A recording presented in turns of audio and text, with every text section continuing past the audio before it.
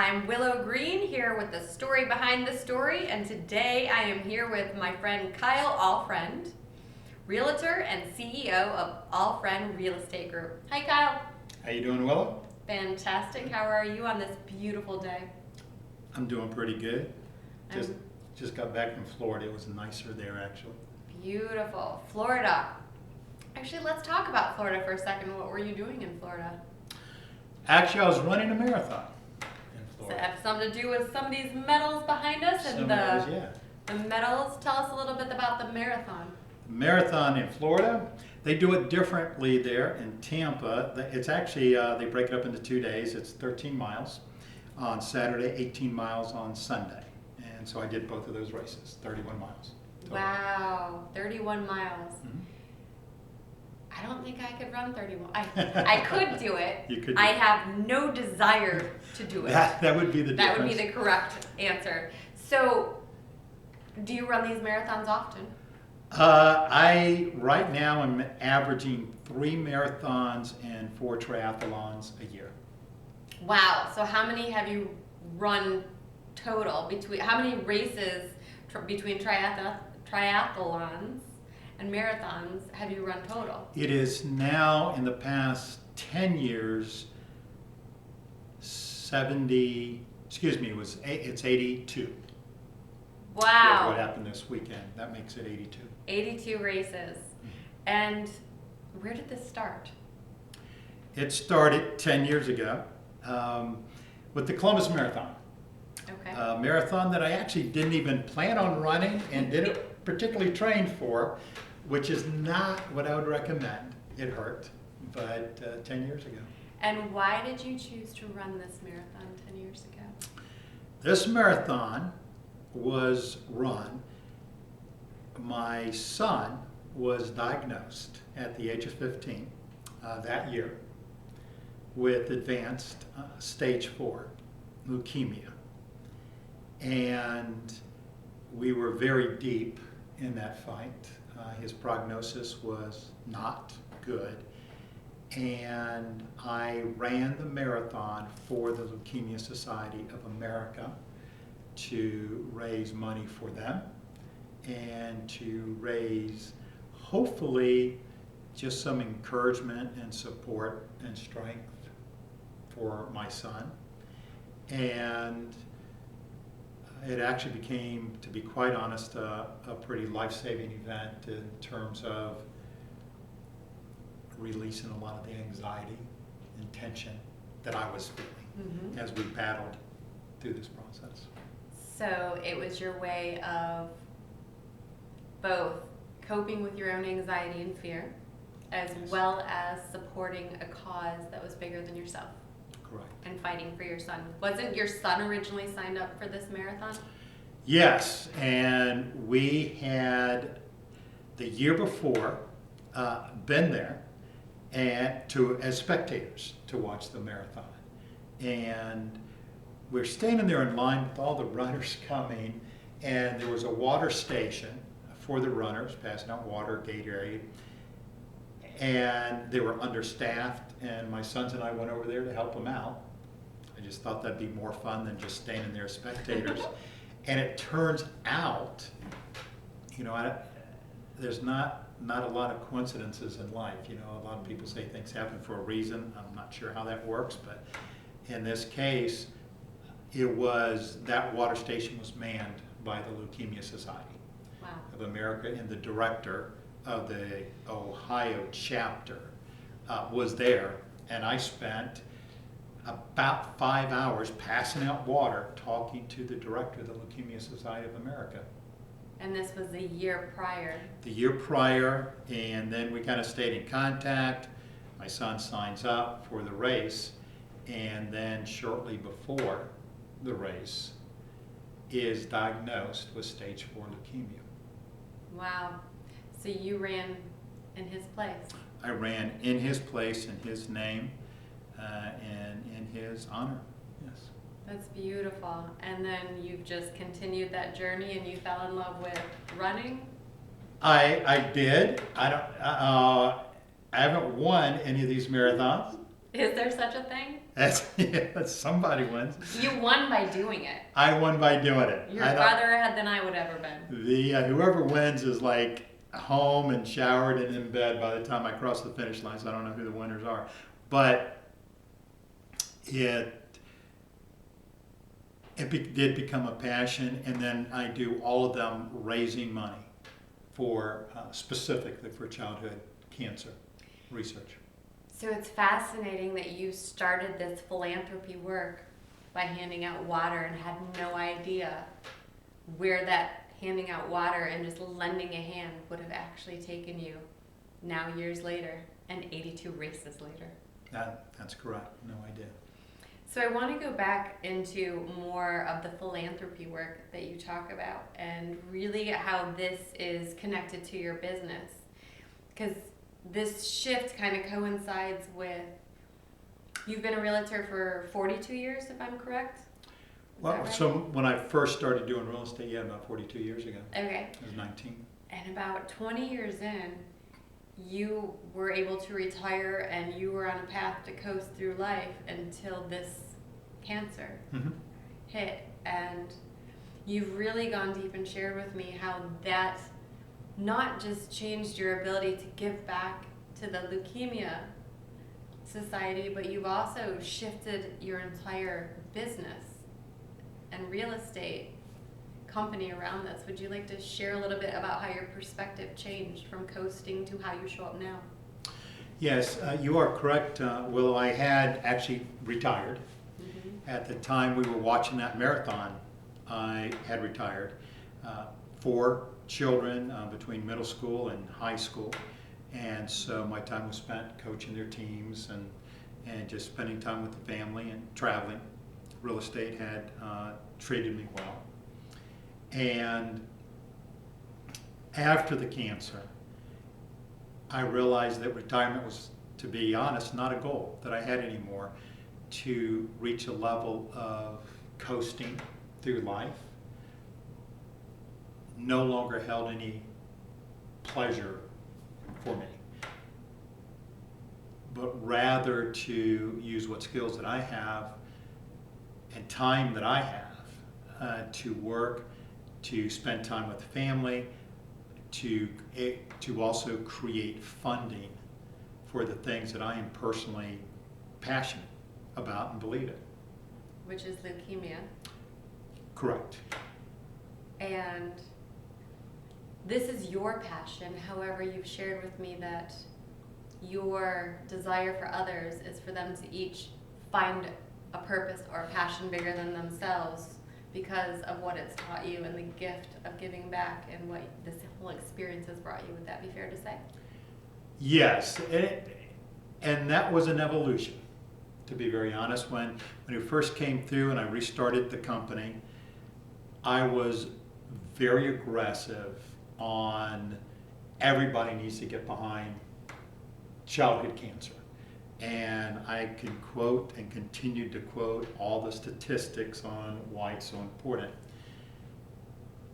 And over the past 10 years, I've softened a little bit on that, in that there's a lot of other important issues, causes that exist in the world, Down syndrome and Alzheimer's and all types of things. And I believe that every one of us has a mission in life. And the bigger job is that we pursue what's in our hearts. For obvious reasons, for me, that's childhood cancer. But for you and for other people, that can be totally different things. Right. And so I no longer beat my staff over the head and make them support cancer. But a cultural thing within the business is that every one of our staff has to have something philanthropic that they're passionate about, they pursue.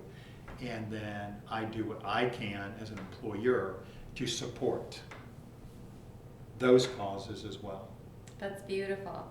So your whole company image, the way you treat the staff, the way you show up, and the way you even work with clients has completely shifted. Would that be fair to say? That would be fair to say. One of the things that you've shared with me that really touched me was your definition of home and how this experience with cancer really changed your outlook on what home means. Would you share a little bit about how you feel about home?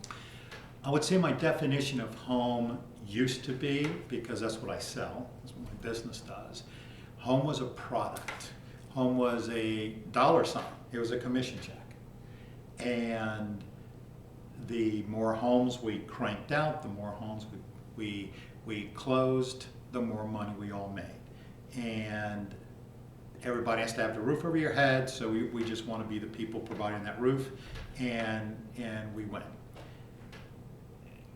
Going through the cancer, going through multiple holidays in a hospital and surrounded by the smell of chemo and going down to nuclear medicine on Easter Sunday, and the times when we were able to be at home as a family, which were rare during that window of time. Home took on a different meaning. And if there's a way that my business can help achieve a home that's more than the sticks or bricks, a place that you really enjoy, where your heart is. And you've developed an entirely new system of how you work with clients now. You've explained to me, you've done this to me several times, it's about connecting. Yes. And it's beautiful.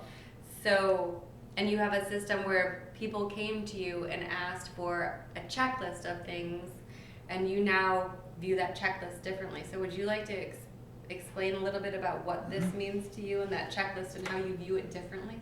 Correct. It's interesting that the one thing that nobody wants in life is to be sold, and the one thing that everybody wants in life is to buy. And those two things are really the exact same thing. And what the difference between those two things, being sold and buying, the sole difference is actually the salesperson. And is that salesperson selling what they want to sell, which is a product, the sticks and bricks?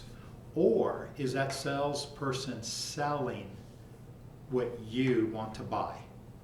And you have a list of desires and needs, and it's deeper than the data points of numbers of bedrooms and bathrooms and square footage and different things.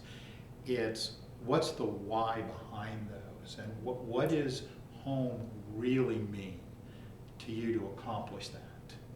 And then for us to find that ideal match, and which starts with us really spending a lot of time understanding your drives and your purpose and your motivation and what you're trying to accomplish. And then us knowing the product out there inside out, and then matching you with the correct one. Not the first one, not the fastest one, but the one that matches perfectly. And the one way that, well, there's several ways, but what you've also shared with me too is your process of doing this, and really you spend more time learning about the client's needs, and create a custom experience based on what they need, what they're seeking, and their why, versus the list. And the more you get to know them, and since you know your market by the back of your hands, what you're actually doing is taking them to the homes that really match what they're looking for, saving them time, saving them energy. It's not about looking at 50 homes, it's about picking the 5 homes that meet their why, and saying, or even less than that possibly. I mean, you're really good at just matching people up with exactly what they want, versus showing them everything and wasting both of your time. Yes. Would that be correct? Yeah, that would be correct. I would say that if I show you 50 homes, or even if I show you a dozen homes, it's because I'm not doing my job. And we have shrunk dramatically the amount of homes that we show. I think our average is 3. Wow. And before we put something into contract, and very often it's 1 or 2. And But what has dramatically increased is the amount of time we spend with our clients sitting down learning who they are as individuals and what they're trying to accomplish. We also do our homework very well as knowing the market out there.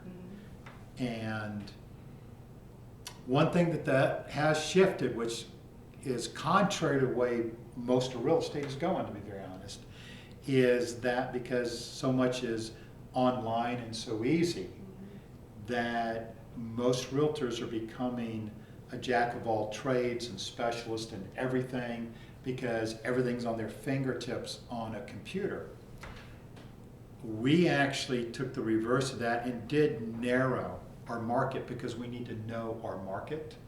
We need to know the homes out there that beyond the photographs that are on Zillow. We need to know the neighborhoods deeply and get to know the clients deeply. Doesn't allow us to do the mass appeal, so we're never going to be the Zillows. We're never going to be the nationwide people that do everything for everybody. Which is another shift for you.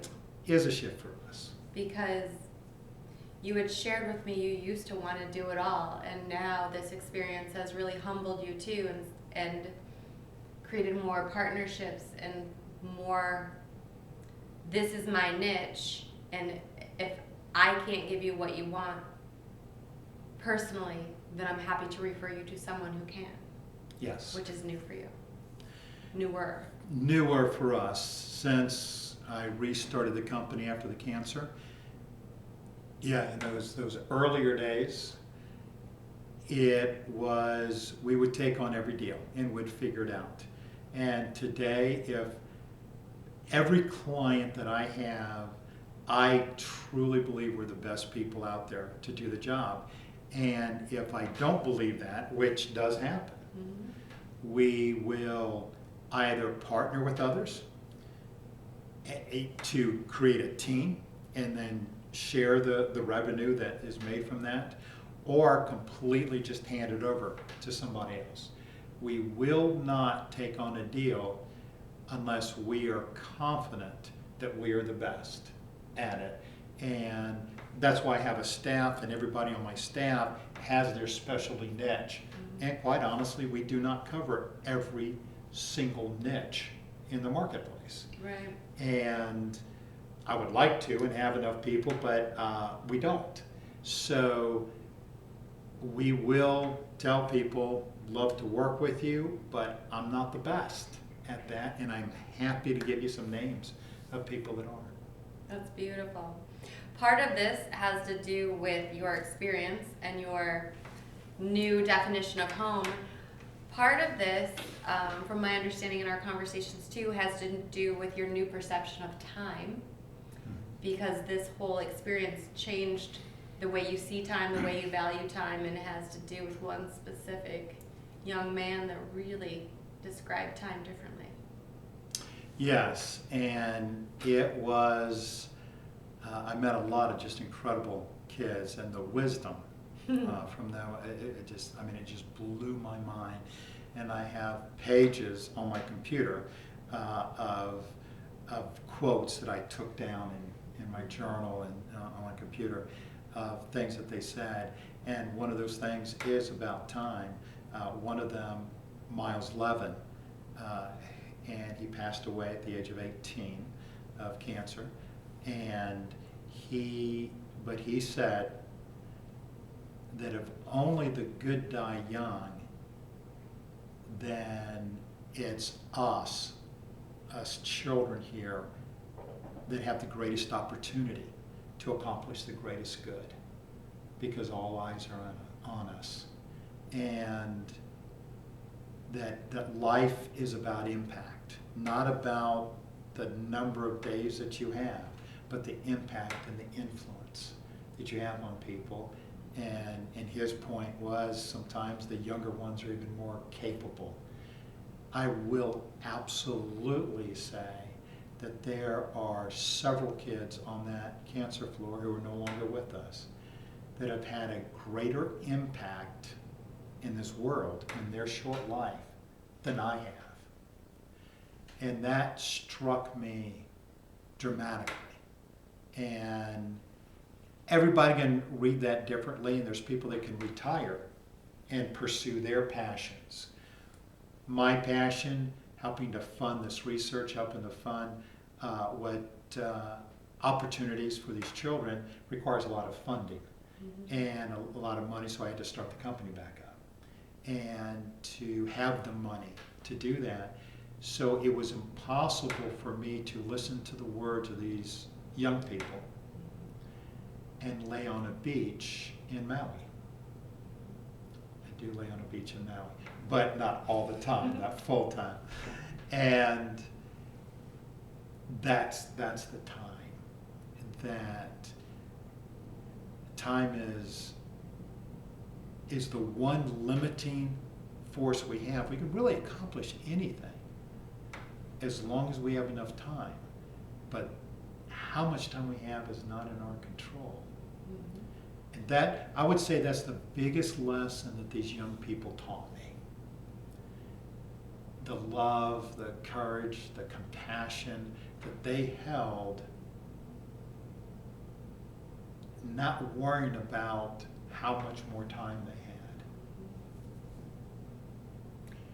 They didn't, from my understanding and listening to your stories, they not only didn't worry about how much time they had, they were so present in every moment. They were able to enjoy the moment and are probably more present than most people we encounter, or us ourselves sometimes. Absolutely. And they didn't worry about judgment, perception, or what other people thought. They seized the moment. Would that be correct? That would absolutely be correct. And they had a perspective that is actually true of all of us. It's more highlighted because of their cancer and because of their young age, but it's still true. They would say the past just simply doesn't matter, and all the suffering they've been through yesterday doesn't matter because the past is over. But the past is over for all of us. And even though their future was completely uncertain, all of our futures are uncertain. The only thing that we have, another young man, Joe Friend, told me, he said, Kyle, the past is over for all of us, so it doesn't matter. The future's unknown to all of us, so it doesn't matter. And the only thing that we have is the present. The only thing we have is right now. And right now is the only time we can give love and encouragement and courage. And that's the gift of the now. And these gifts that we have to give, these gifts that we have to receive from other people, can only be experienced right now. And he said, which is why God himself named right now the present, because of all these presents. So it almost sounds like these children are better at letting go, not holding on to the story, not holding on to attachments, not holding on to regret or doubt, but seizing the moment, seizing the day, and valuing life in a way that a lot of us take for granted. Yes. And that made a huge impact on you, and now you seize the day and the moment and show up in life differently. Yes. Christina O'Brien, when the cancer moved into her hip and they had to remove a bunch of stuff, so she would not be able to walk again. And, she was 15 years old. And she said, my life is perfect because it's perfect right now, because I'm alive right now. I have friends and I have love, and it's all right now. And I will embrace right now. And she was 15 years old, and I said to her Christina, when I grow up, I want to be just like you. So You know, it taught me a lot. she's the hockey player, correct? Yes. Yeah. Okay. Good memory. And there's Very good. another story that I'm going to ask you to share that you shared with me about another beautiful little girl that was an excellent piano player, Oh, Rachel. Rachel. And you shared with me how much she practiced daily, even though she was sick and not feeling well. And a story about a woman saying, I wish I was as good as you. Would you please share that story? Because I think that's a message. Like, that's bringing tears to my eyes Yeah. right now, and I wasn't even there. But that little girl impacted me from you telling me that story. She was 11 years old at the time of this story. She passed away actually 6 months after this, 6 or 7 months after this happened.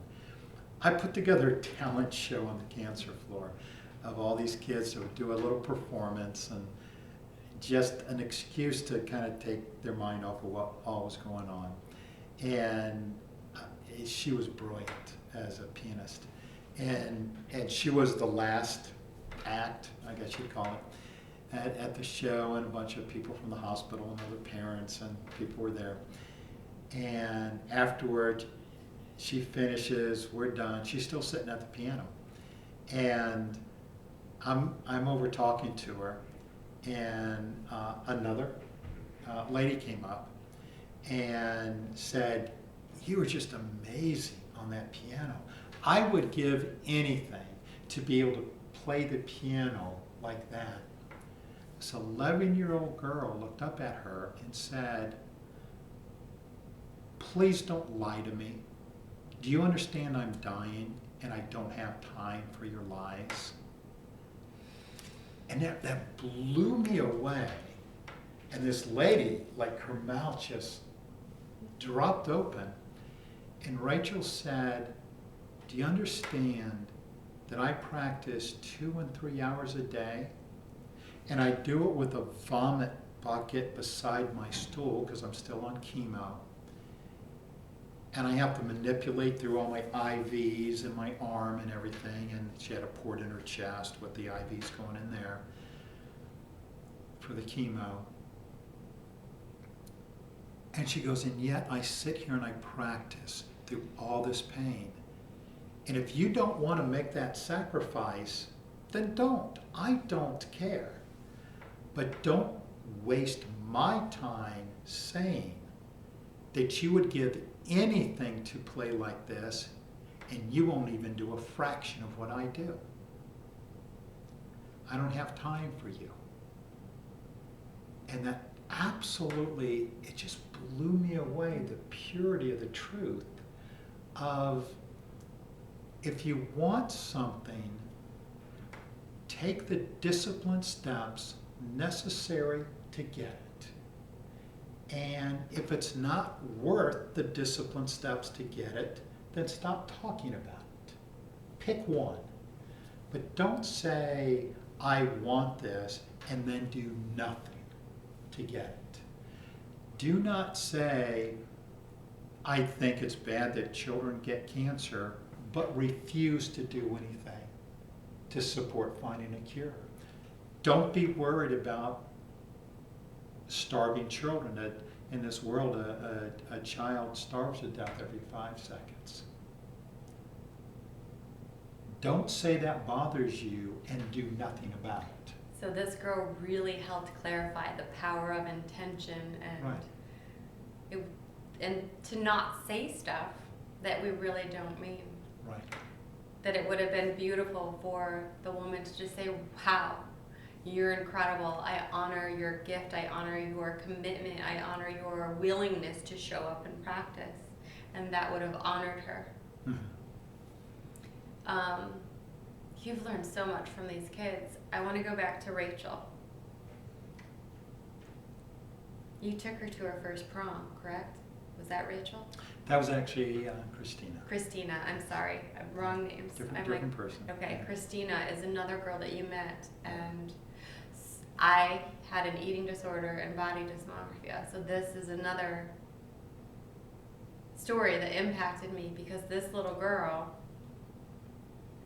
went to prom. Share that experience. Yeah, so Please. she was diagnosed, I think she was 13 when she was diagnosed. So by the time she graduates, she had spent basically the vast majority of her high school in the hospital. Mm-hmm. And the students really didn't know who she was. And prom comes along, and she doesn't get invited. And she came to me, and our slogan with my son was "Fight to Win." And all the kids on the floor all have their slogan for their battle. And ours was "Fight to Win." And she came to me and she said, "Kyle, you're up here all the time, and you're always saying that we should fight to win. And it's dawned on me that you're not talking about just cancer. You're talking about life.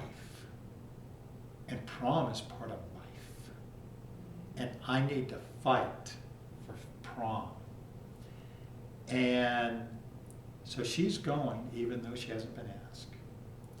And imagine a girl, 18 years old, at a time that most girls' physical appearance is an important thing. Mm-hmm. And her cancer had stunted her growth, so she was short, petite, beautiful, beautiful girl, but very small, very petite. The cancer made it so she had difficulty walking, had to use a cane. Chemo had damaged her eyes, so really thick glasses. And she had chemo skin, which basically anything irritates it. So no makeup, no wig. So she was bald. She's bald, Mm-hmm. no eyelashes, no eyebrows, Mm-hmm. and couldn't put anything on to cover it. And walking with a limp, using a cane, kind of blotchy skin, the most spectacular, beautiful smile that like lit up the entire room. And confident and bold as anybody I've ever seen. And afterwards, I asked her how it all went. And she said, this is just absolutely amazing to me. She said, it was the most beautiful night of my life. And I said, well, what was so beautiful, Christina? And she said, it's so silly about petty little issues in life that we get all wrapped up in. And I will never in my life, I will never again get bent out of shape about petty, silly, irrelevant details. I said, well, what are we talking about, Christina? She goes, well, I'm still on chemo, and I was just nervous that I'd be out on the dance floor and I would throw up and embarrass everybody. And it was perfect. It was a wonderful night, and it never happened. I said, so you never threw up? She goes, oh no, about 9 times. But I went as quick as I could to the girls' room. There was always an open stall. I puked in the toilet, then went and washed my face and went right back out, never missed a beat, and everything was perfect. And I'll never get upset about stupid little petty irrelevant details again. Wow. Absolutely blew my mind. And all the details from that point on, every single thing I got frustrated about. Traffic. I get another red light. Somebody cuts me off. I get a sales call from somebody. And I'm thinking, is this really going to upset me? When Christina, at prom like that, threw up 9 times and it didn't even faze her.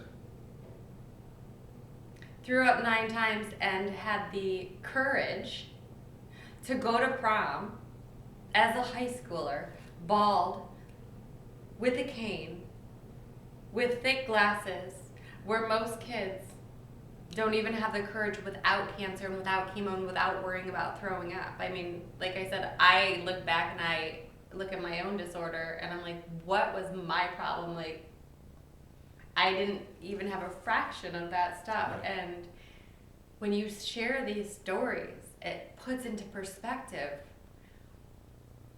how small we're really thinking, how limited our tunnel vision is to be so self-centered rather than see the bigger picture. This beautiful young woman had the courage to go after her dream because her time is limited and she had the ability to be present and not worry about whatever. I mean, what a powerful message this entire experience has taught you. Can I tell you one more story Yeah, about please. her? Yeah. She was an amazing girl. She, I promised to take her to California. She wanted to see the Pacific Coast, and I was going to run the Big Sur Marathon. It goes along Highway 1, right along the California coast in Monterey. Gorgeous views and just spectacular. But things took a turn, and the cancer spread deeper, and it was very obvious that she wasn't going to be able to go. And I was going to cancel my trip, and she convinced me to still do the race. She said, get that medal, your finisher's medal, and bring it back to me and I'll wear it. And as long as I wear that, I won't die. And I need you to do that for me. And she actually, she passed away about 3 hours before I left for the race. And then she didn't want a funeral. She had been to too many funerals, watched too many of her friends die. She just wanted a party in the park for all of her friends to just come to the park, at her favorite park. And so everybody was there except for me. I went to the race to honor her wishes and ran the race the same day as the party was going on, and got my medal. And I walked down to the Pacific coast afterwards, down by Pebble Beach, and stood on a cliff.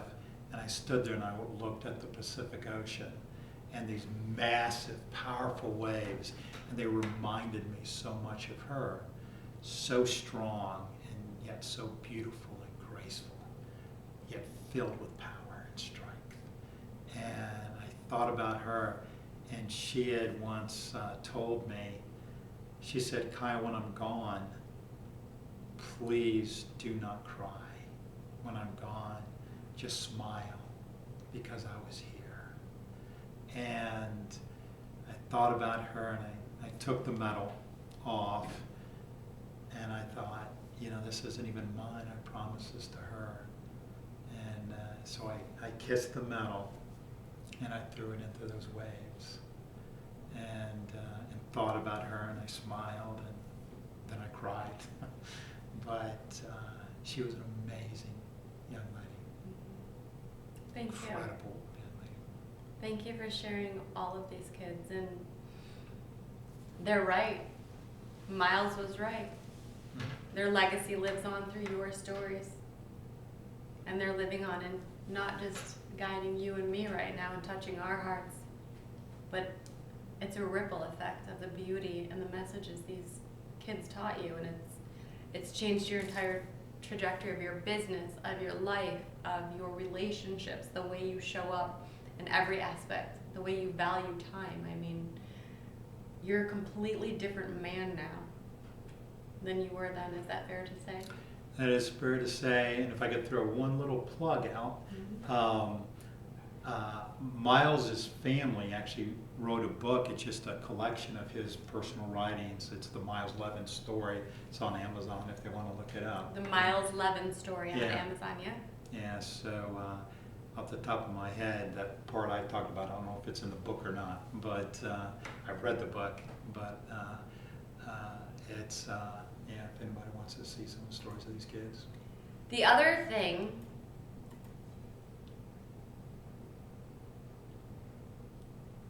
you use your time differently. It's not just that you run these marathons to raise money for childhood leukemia. You changed your entire business and work differently, and not only connect to the value of a home differently, and the way you see your clients and the way you show up for them and the way you honor their experience and custom every experience, but you do this so that you have the funds. And where do you spend every Thursday night? Ronald McDonald House. And share with those who don't know what that is. So Ronald McDonald House was actually started by an NFL player in Pittsburgh, whose daughter actually had leukemia. I was never really allowed to stay there. My son was too critical, and so I basically just slept in his room on the cancer floor. But you have a lot of families there and all their belongings. And one of the difficulties with a lot of these critical kids, cancer and other illnesses, is a lot of it's involving side effects and ill effects from the treatments. So they really don't know when you go to that hospital how long you're going to be. You can go in for an outpatient treatment and you're 4 weeks at the hospital and you thought you'd be 2 hours. And Ronald McDonald House was created as a place for those families to go.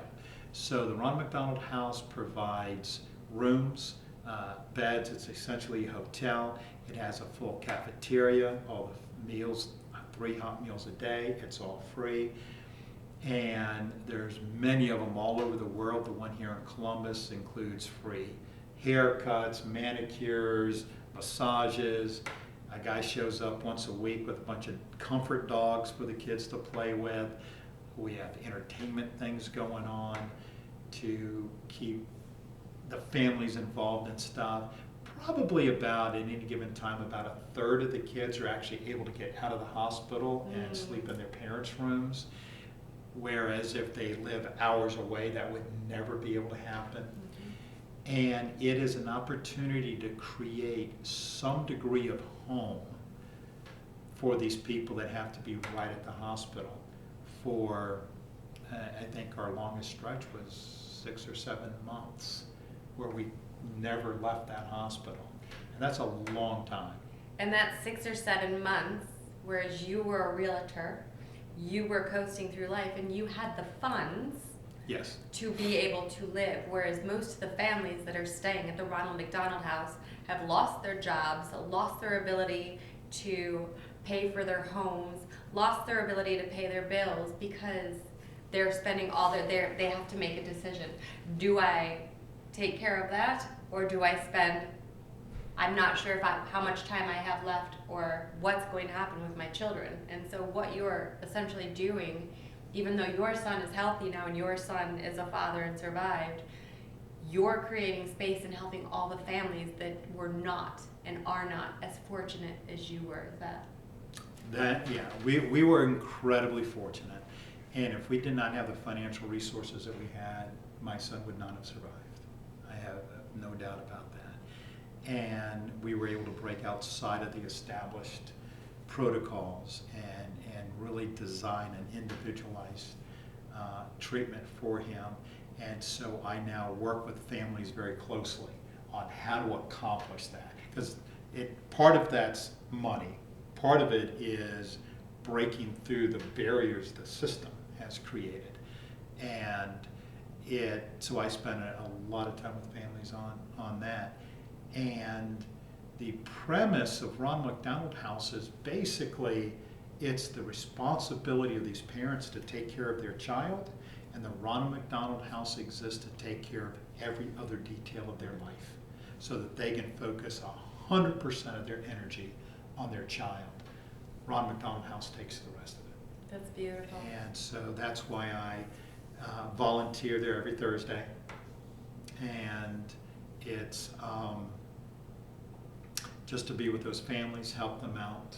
And you said that all of the races that you run, you raise money too, and you get sponsored and Correct. people are donating to the Ronald McDonald House. So each of these 82 races, you're also running in order to raise money for that cause and for the research and for various.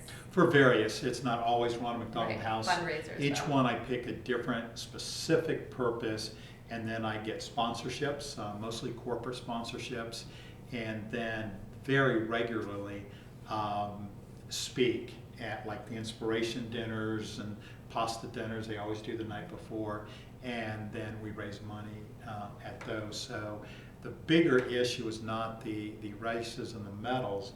The bigger issue is $2.9 million we've now raised for childhood cancer. That's beautiful. And Alex's Lemonade Stand, Ronald McDonald House, Make-A-Wish Foundation. I mean, we've had, and then other times it's for specific families. Recently, J.J. Thomas, a young boy who had leukemia, and he's actually having a big celebration this coming Sunday after this week. He received his final chemo. And is now Yay! clear, yeah. So JJ is, I think, 16 now. He was 14 when he was diagnosed. That's beautiful. And so sometimes it's for family specifically, sometimes it's never for a general cause.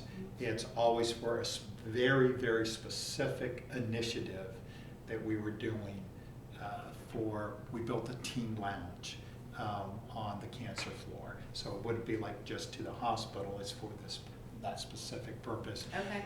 And then my business funds all the overhead so that every penny that is donated goes to that exact specific thing that we're trying to accomplish. So it's not like the money goes into a big pot and there's no overhead taken from it. Right. And so pick different things depending upon the race. Yeah.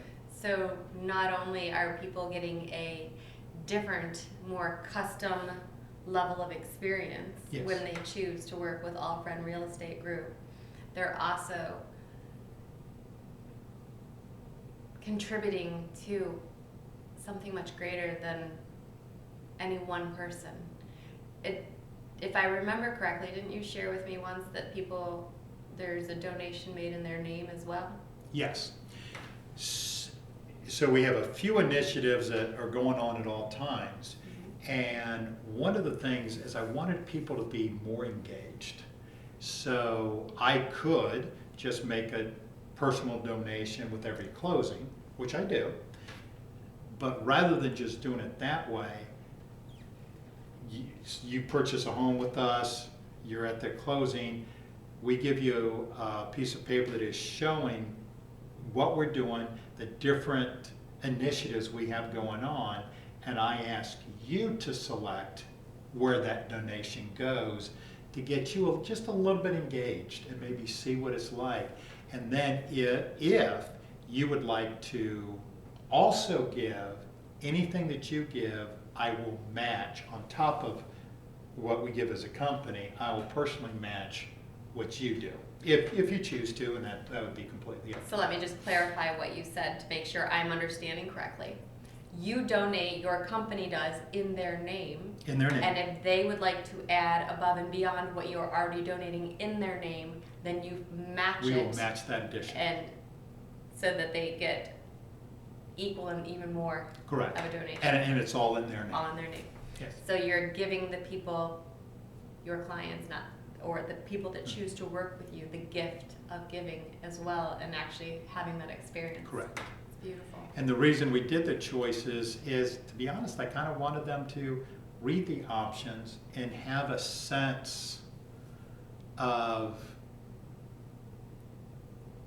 interest and level of interest of what they felt was the best way to use the money. It's almost like a sense of ownership Yes. of them choosing Well said. where Yeah. they want to Yeah. do it, so that they're owning the fact that their name is being put towards something and they get to choose what they're. Mm-hmm.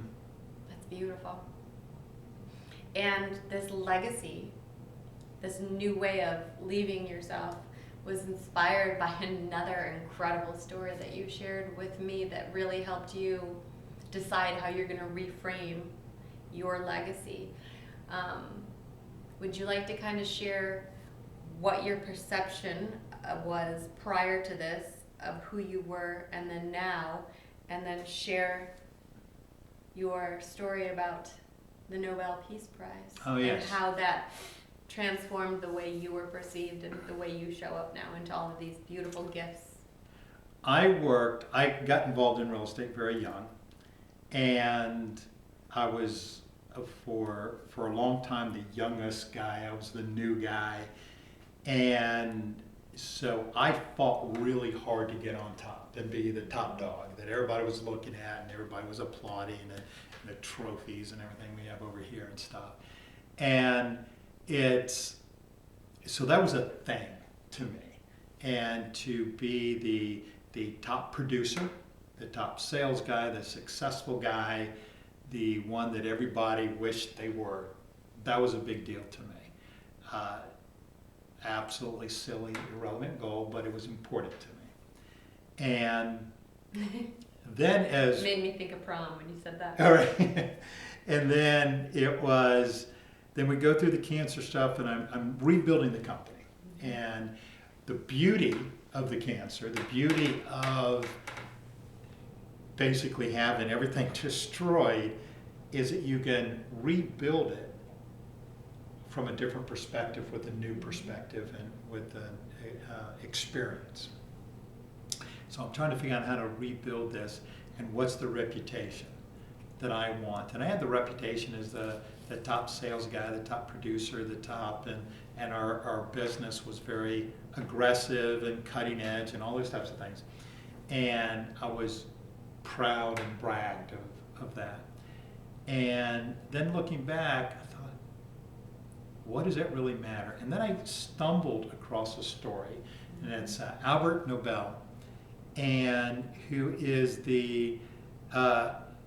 developed dynamite. And he had an armaments, the largest armaments business, producing. I'm going to stop you Okay. because I had to ask what armaments meant. So for other people out Yes. there who may not know, please explain that word. Weaponry, Weapon. bombs, Okay. See. dynamite that expanded, bombs. He came up with gas, and he was really the first guy to develop chemical warfare in World War II. And Thank you. so that's what his company did. And then as the wars in Europe and everything were going along, his company became the largest business in that arena. And basically producing weapons of destruction, weapons of death, and machines of death. And he became incredibly wealthy. Then his brother was in Paris and was killed in a car accident. The newspapers got it incorrect and thought it was actually him, not his brother. And the headline in the Paris papers was, "The master of death is dead." And that was his obituary. The headline, the front page of the paper, was his obituary, and the headline, "The master of death is dead. The architect of death is dead."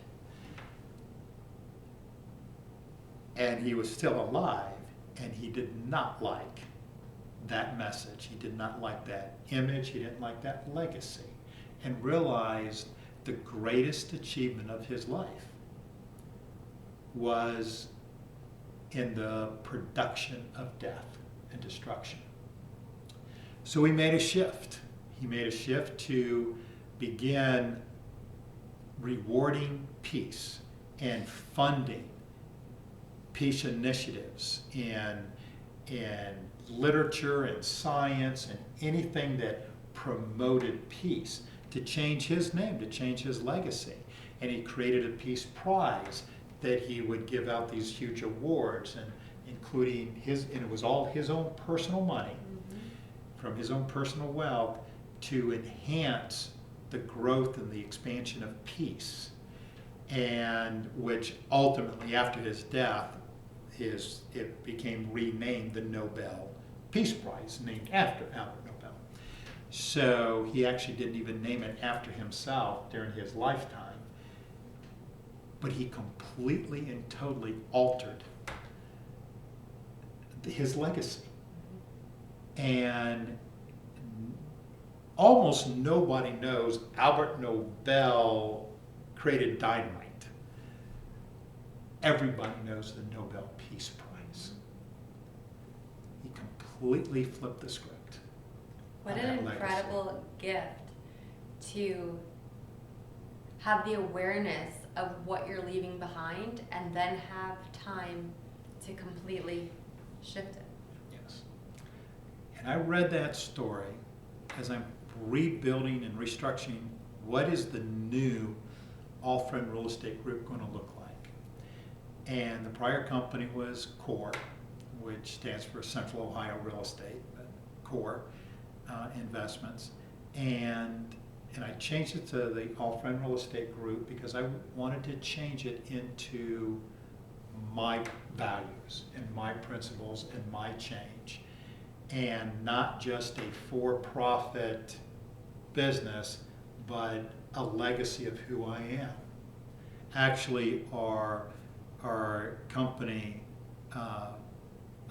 mission statement is a business worth owning to fund a life worth living and a cause worth fighting, which is where the money for the cancer, etc. comes from.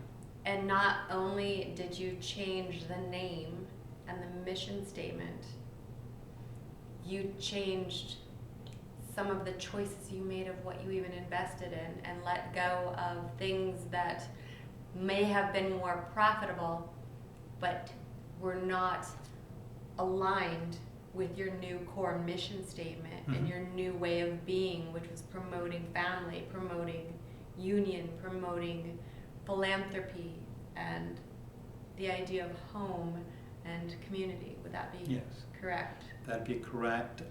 Our prior litmus test was profitability. And now